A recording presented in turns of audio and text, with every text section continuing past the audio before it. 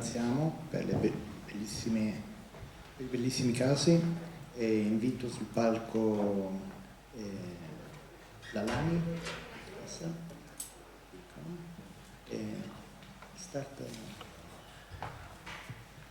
Good morning. I apologize that I can't speak Italian, so I'll try and speak slowly because I have a habit of speaking very fast generally. I just want to say thank you so much to Francesco and Mario. It was beautiful to connect with you last year in Naples and great to be back here in Italy.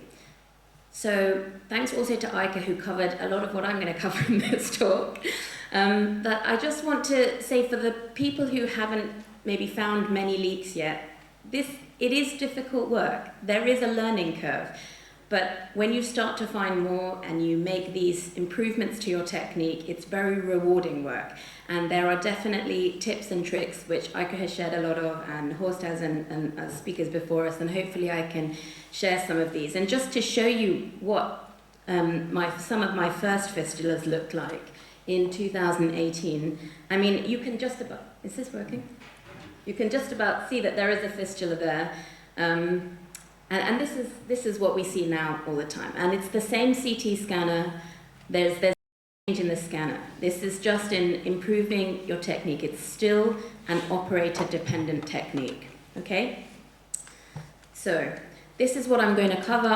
We have heard a little bit about this already, the types of spinal CSF leak. I'll talk about CTM techniques, why I think that CT myelography can be a really good technique, and then also some pearls and pitfalls. So I'm just going to briefly go into this. Again, we've already heard from these talks. We classically know about type 1, type 2, type 3 leaks. We know the dural tear generally occurs as a result maybe of a spicule from bone or disc, most commonly ventrally, and these are most commonly in the upper thoracic spine. And we see leakage of CSF at this point. So this is what we're talking about when we see SLEC, the spinal longitudinal epidural collection. And type 2 lateral leaks can either occur from the shoulder or the axilla of a nerve root sleeve, and you get this arachnoid outpouching, but it's really, the leak is not actually from the outpouching itself, it's from the margins. And then obviously the type 3 leaks of CSF venous fistulas that we're going to hear a bit more about. But it's not just these. We are seeing other different types of leaks that are less well recognized, and we are able to pick more of these up now with better imaging techniques. So sacral dural tears. So I would say by this is that you should really make sure that your spinal MRI covers to the sacral cul-de-sac, because in my experience, these are often missed. They can be really quite small, and you don't see the fluid until you start looking here. Dural ectasia type leaks, and then these arachnoid blebs from post-dural punctures, and CSF to vascular malformations, and then this entity that has recently been described by the Freiberg group of this CSF to lymphatic fistula. So it's slightly more complex than our original understanding of just type 1, type 2, and type 3. But I just want to reiterate the point that Horst and Aika have said, that spinal imaging really has these two components. We do the MRI to work out what type of spinal leak the patient has, and then based on that, you choose your myelographic technique. So I really want to impress this point, because you shouldn't go into myelography really without this. So with your spinal MRI, you should sort of already know what you're going to find, and that it really helps guide your myelogram. So prepare well, and you're more likely to be successful. Okay, so let's have a talk about what the different techniques are for CT myelography for spinal CSF leak. So this is not dynamic CT myelography, where you inject contrast in the angio suite and then move the patient to the CT scanner. And that's because you're not going to see contrast in real time. The leak will probably have occurred by then and been obscured. So what I understand dynamic CT myelography to mean is detecting a change in the contrast and its behavior over time, but also reviewing the images in real time in the CT scanner and adapting your technique dependent on what you see. Okay, and we're going to give some examples of that. So going back to these main leak types, the type 1 and type 2 leaks are those that are associated with epidural fluid, which means that when we do CT myelography, we have to image them in a dynamic way. And the type 3 leak CSF venous fistula, no epidural fluid. And this really leads us to sort of three main types of CT myelography. And the ones that are associated with epidural fluid, you need to have quick, repeated scanning to capture that moment of the leak. With CSF venous fistula, what is really important is to have that dense layer of contrast over the nerve root sleeves where these fistulas occur. But I want to go back to the spine MRI because this really helps guide you to how you will position your patient during the CT myelogram. So when you're looking at the fluid, please note where is the extent of this fluid. So when you have predominantly ventral fluid, it's most likely that it's going to be a ventral tear. Not always, but most likely. When it's slightly eccentric to the side, you're thinking maybe it's more likely it's a nerve root sleeve tear. When it's dorsal, it could still be a nerve root sleeve tear or dorsal, but they're rarer. And circumferential, which is often the way that you see very acute or diffuse leaks, it could be coming from anywhere, but more commonly still ventral, because that's just more common. And then we recently published on this, we just mentioned that you can see this flow void sign, which is where there is a flow artifact that is perpendicular to the site of normal CSF transit. And we see this actually quite commonly. Sometimes it is very obvious, and it looks like a line. I don't know if you can see this. You can actually see it looking like this. And sometimes it just looks like a little blur or smudge. But the key thing with this is you only see it on standard T2 imaging. If you use 3D fat-suppressed imaging, it will get rid of the artifact. So we do both. We do the T2 sagittal as well as the 3D fat-saturated imaging because we see this probably 50% of the time. Okay, so that can give you a clue. You still need to do a myelogram, but it will give you a clue as to your range. And then from the MRI, if we see meningeal diverticular and there's no fluid, we're thinking that it's more likely to be a CSF venous fistula. So I would go back to these types of CT myelogram, and we have some features which are common to all types of CT myelogram, and then the specifics. So we always do our puncture in the CT room. And this is because we can do this really quickly. We don't need to tilt the CT arm, we can just do it within a few minutes. And we need to make sure that we are pretty much central within the theca. And if we have a patient who has a collection, we always make sure that we puncture below the extent of the collection so that if the leak is very low within that collection, we cover that. So we make sure we go below that. And we always give a test injection of contrast. And the reason for that is, it is very common, as the other speakers have already said, that you may not be intrathecal. So I want to just reassure people that this is actually a common thing in patients who are under low pressure. Always give your test injection. With these needles, you can see, these are all my cases, you can see that the needle is very central in the canal. This one even looks like it's right at the front, and it's still tenting the dura. So this is why it's very important to give a test dose. And the way that we teach is, we try and use non-cutting needles, but sometimes when the patient is prone and they're under low thecal tension, if they're on a wedge, you may even need to use a cutting needle, a Quincke needle, to actually get through into the dura. And always give your test injection. If you're still getting it like this, we find withdraw and either try and repuncture or try a different level. And subdural injections, we can get these as well. So we always give a test injection, don't give the whole dose, and I'm very particular about this. Even after I've positioned and got ready, I will check the needle again to make sure it hasn't displaced, because it can happen. But if you do get a subdural injection, you can repeat it the next day. We use 300 strength contrast for all of my CT myelographies. I think dense contrast is really important, particularly for CSF venous fistulas, because the density really helps opacify the small veins.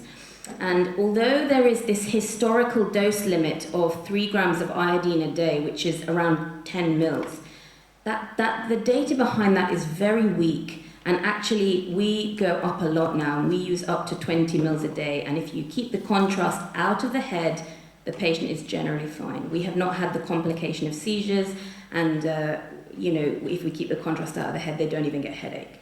So I position the patient so that the likely site of the leak is downward, because the contrast is denser than the CSF, and it sinks dependently. Now, the big disadvantage of CT is that We cannot tilt the CT table. And believe me, I've been to the manufacturers and asked them, and they're just like, no, we're not going to do that. So we have to find inventive ways to get the patient downwards, to get that contrast to run down. And sometimes this requires imaginative use of pillows, wedges, whatever you can find. We tend to use wedge. We tend to also use pillows because of the lumbar lordosis. And these are the sort of typical positions, prone and lateral decubitus for lateral leaks and fistulas. Sometimes you only need pillows, particularly for fistulas, because you want a gentle slope of the spine. You don't want it to be too harsh. Ika showed some really nice images how if you've got too big slope, you'll get a sort of sump contrast in one area and it won't layer nicely along the spine. So when we have ventral fluid, let me just do this here, you can probably see this better. When we have ventral fluid, we know that the tear is most likely to be ventral, so we're going to be positioning the patient downwards, and when we have lateral fluid, especially when it's asymmetrically like this around a nerve root sleeve, we're thinking more that it's going to be a lateral leak.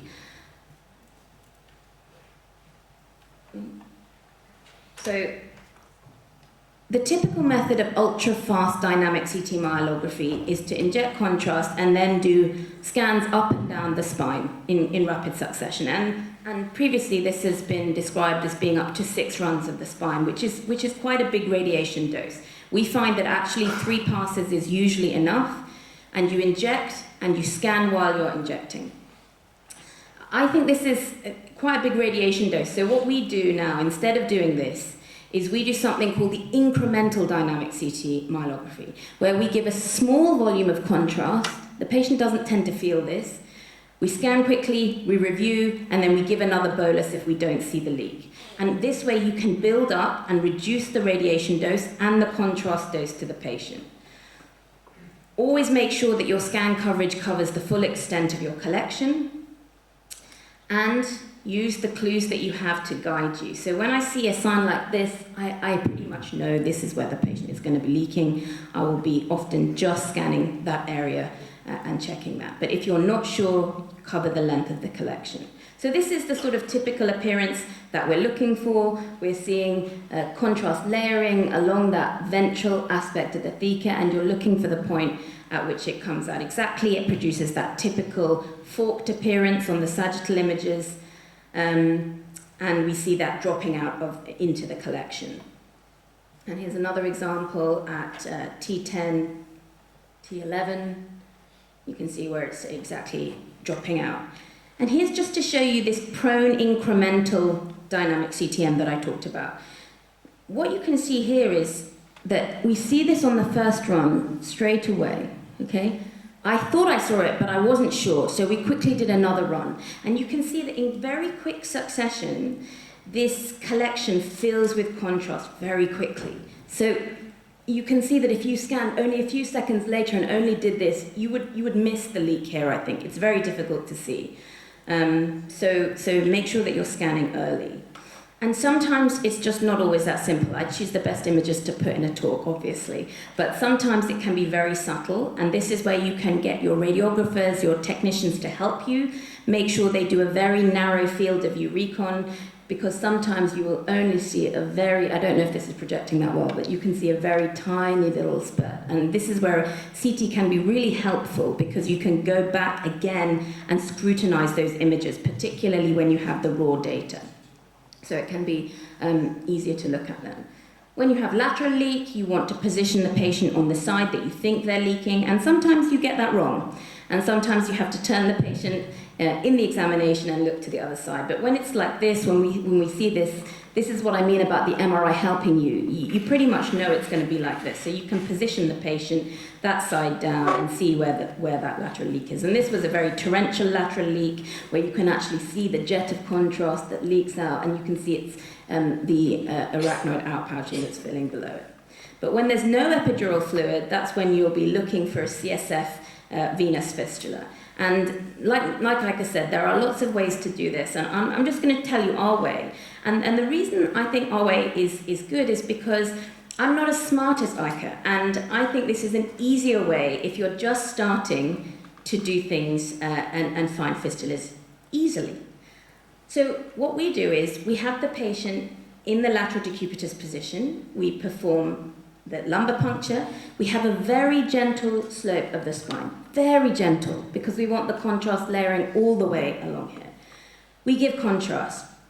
We always pre-pressurize now. We think that that makes a big difference. And we give up to 7, 8, 9 mils per side. Then we examine the spine, and sometimes then we turn the patient with the needle in. There's a technique to doing this to keep the needle in. We check the needle is still in position, which it usually is. The needle often bends, don't be alarmed by that, but its intrathecal position stays pretty much 99% of the time, and then we repeat the bolus. And the reason we do that is to get a good density layering. Some people just give the contrast, they turn the patient, and that contrast will fall dependently as well. We just think that we get a better layer when we give it another bolus. And some of the things that we try is that we give pressurization of saline before. We really think that that helps improve their visualization of fistulas. And also we do resisted inspiration, which is where we get the patient to breathe in through the empty barrel of a syringe. We make sure that we cover a range that is pretty much the most common area of occurrence for fistulas, which is from the needle to the base of skull. We haven't found many cervical fistulas, maybe less than 10, but we still cover that. And what we're looking for is this typical appearance. So you all will be very familiar with this typical appearance of a paraspinal vein filling from a network of veins within the frame, and you can see that there's little foraminal veins around the big diverticulum and then the big draining paraspinal vein. But there are variable appearances of CSF venous fistulas on CT. They can drain to intercostal veins, they can drain to the level below, the video's not working, and then you can also have these little small internal epidural plexus veins. And these are the ones I think they're quite difficult to see sometimes on other myelographic techniques. This is where CT is really good for scrutinizing these, and you can also have transosseous drainage. And you can have lots of different variable appearances of CSF venous fistulas. Okay, so why do I think that CT myelography is really good? I think that even though it is an operator-dependent technique, I think it's easier. I think it's easier to start and get good at. I think it's more forgiving than digital subtraction myelography. So here are some of my digital subtraction myelography disasters, because I like to show some of these. I think you can get a lot of artifacts if the patient moves or breathes. Please don't share this on social media. I don't like my mistakes being shared widely, or I don't mind sharing it. But there can be artifacts if the patient moves. Obviously, if the patient is under general anesthetic, that's more forgiving. And sometimes if you're looking at an artifact, you can be questioning yourself, is that a vein? Is that an artifact? CT is not going to really do that in most instances. It will give you a more clear answer. Now, the other thing about CT myelography is the anatomical coverage in DSM is limited by the detector, but actually Ika showed a really nice way of how you can improve that by doing different runs. But with CTM, I can scan as much as I need to, really, and we do that to help that. And with CT myelography, I think it's pretty good for the upper thoracic leak. So with DSM, you can often get this problem with the shoulders, and it's better with CT myelography. It's still not perfect, but it's better. You can get better coverage of the upper thoracic spine with this. And here's why I really like CT myelography for fistulas. I think these really small veins, these transosseous veins, they are easier to see with CT myelography. And Ika already shared this paper, this great paper from the Freiberg group, which showed that you can see some of these fistulas are just easier to see. And for those of us who need things a bit easier, sometimes that can be difficult. But also, CTM, you can use it to repeatedly examine the same region. And for example, in this case, you can see that we gave the contrast. There's really nice actually layering over that area of the ventral theca. And I knew the patient had a ventral leak because I could see she had a SLEC. I didn't understand why it wasn't leaking. I just gave another 3 ml bolus, and on that bolus, then it leaked. Maybe it was the weight of the contrast helping to open. Sometimes these leaks can be like intermittent. And sometimes CTM can help you because if you see renal excretion of contrast, but you haven't found, for example, the fistula, it's there. You need to go back and have a look and see if you can find it, okay?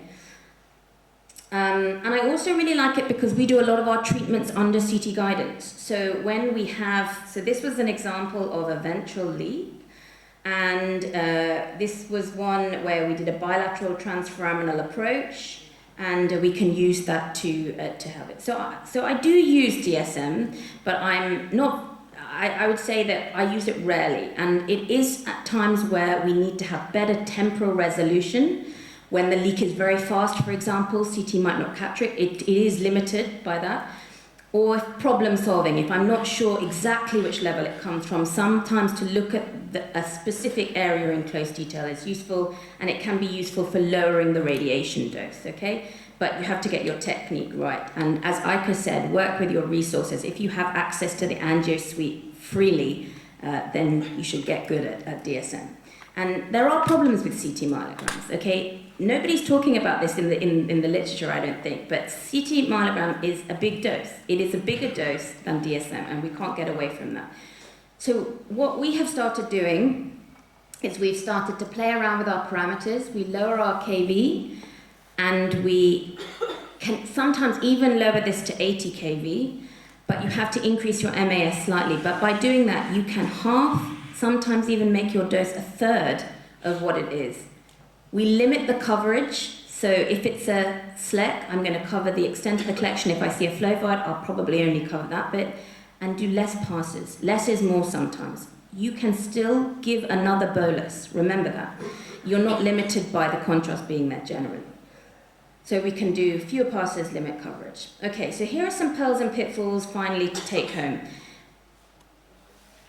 Spend your time positioning the patient. Sometimes the patient will say, oh my gosh, you spent 10 minutes, 15 minutes, 20 minutes getting this right. Why? And this is because of previous mistakes that I've made, when you just want to get on with it and you end up with the contrast doesn't move up, or it moves up too quickly, or it hasn't moved up at all. So here it looks like the patient is down, but actually you can see from the scout, it's just going to sit there. So I scout, I sometimes re-scout, and you have to get friendly with your radiographers to make them realize you need to get this right. Because if you have poor positioning, it will prevent perfect progression. Look, I put lots of P's in there. Okay, and I just want to say that some of these chronic SLECs, they can be very difficult. Like Aika said, the cord can sit against that defect and prevent perfect passage of the contrast into the defect. With this, we Valsalva the patient, and you can often just see with a Valsalva, if you haven't seen it, Valsalva, image again quickly, you will see a little jet of contrast coming out, and get the radiographers to recon on that. Make sure that you have good layering of your contrast medium. This is very good layering because it's completely filled this nerve root sleeve with contrast. This is very poor because actually you can see that half of this is not covered. And we think that several phases is helpful. So you can see here, actually, the density wasn't great. So we turned the patient a little bit, and the density becomes better, and then you see the vein is really nicely filled. On this one, I could see, again, this density hasn't gone up here well. So we lifted up the patient a little bit more, gave another bolus, and we could even see these tiny little things filling here, but I didn't know what this was. And what you see becomes very obvious is this big malformation. Imagine if we hadn't given another bolus or changed that, we would have missed all of this. So we think the density matters, but we also think the timing matters, and we think do 2 phases on each side better than 1. Make sure that you pick the right side. Sometimes we don't. Here you can see the patient had ventral fluids, so we did an ultra-fast prone, no leaks coming out. But what we did see in the foramen was this little collection on this right side. So we quickly turned the patient, and then it became more obvious this was a lateral leak. So dynamic means you can still change this on the CT table. You have to review in real time. So pick the right position.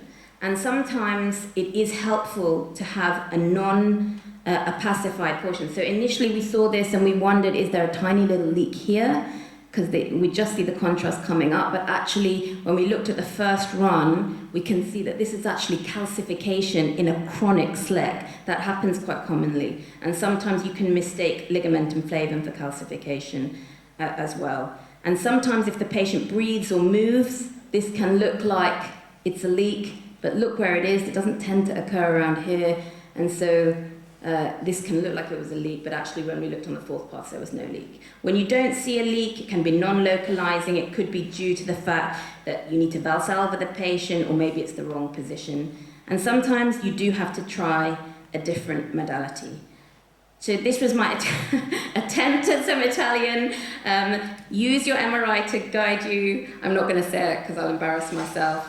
Practice is essential, and put in the time. This is my team, and like Ika said, it's a big family of us. I'm really glad that we have more members of the Italian community doing this work now.